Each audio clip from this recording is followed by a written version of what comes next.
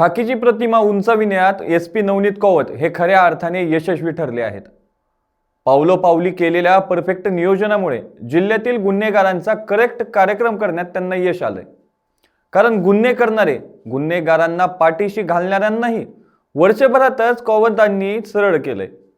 या दरम्यानच्या काळात राबविलेला प्रत्येक उपक्रम आणि उपाययोजना अत्यंत प्रभावी ठरल्या आहेत।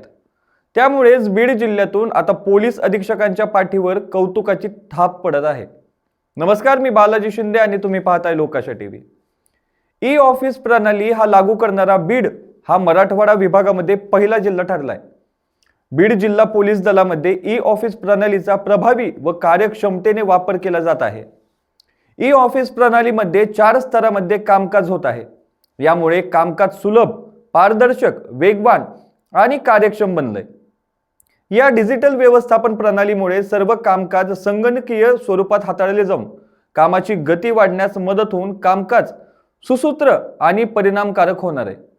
या प्रणालीमध्ये आतापर्यंत 6375 फाईल तयार केलेल्या असून त्यापैकी 796 फाईल बंद करण्यात आलेल्या उर्वरित फाईल सध्या सुरू आहेत। तसेच ई ऑफिस प्रणालीमध्ये एकूण 44,648 पत्र प्राप्त असून त्यापैकी फक्त 2159 पत्रांची निर्गती करणे प्रलंबित आहेत। नवनीत कौवत यांनी जानेवारी 2025 मध्ये पदभार स्वीकारल्यानंतर बीड जिल्ह्यात अल्पावधीतच 6 टोळ्यांवर मकोका अंतर्गत कठोर कारवाई करण्यात आली। यामध्ये वाल्मिक कराड गँग, सनी आठवले गँग, दीपक भोसले गँग, गोट्या गित्ते गँग, दादा शिंदे गँग, सुभाष काळे गँग यांचा समावेश आहे। आम्ही नियमान्य पोलिसिंग केलेली आहे। कायद्यापेक्षा कुणीही मोठे नाही।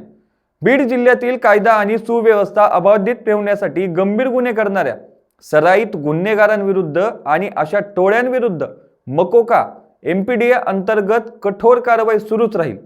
कुणीही कायद्याचे उल्लंघन करू नये असं नवनीत कौवत यांनी सांगितलं आहे। अशाच ताज्या अपडेट्ससाठी लोकाशा टीव्हीला सबस्क्राइब करा आणि लाईक करायला विसरू नका।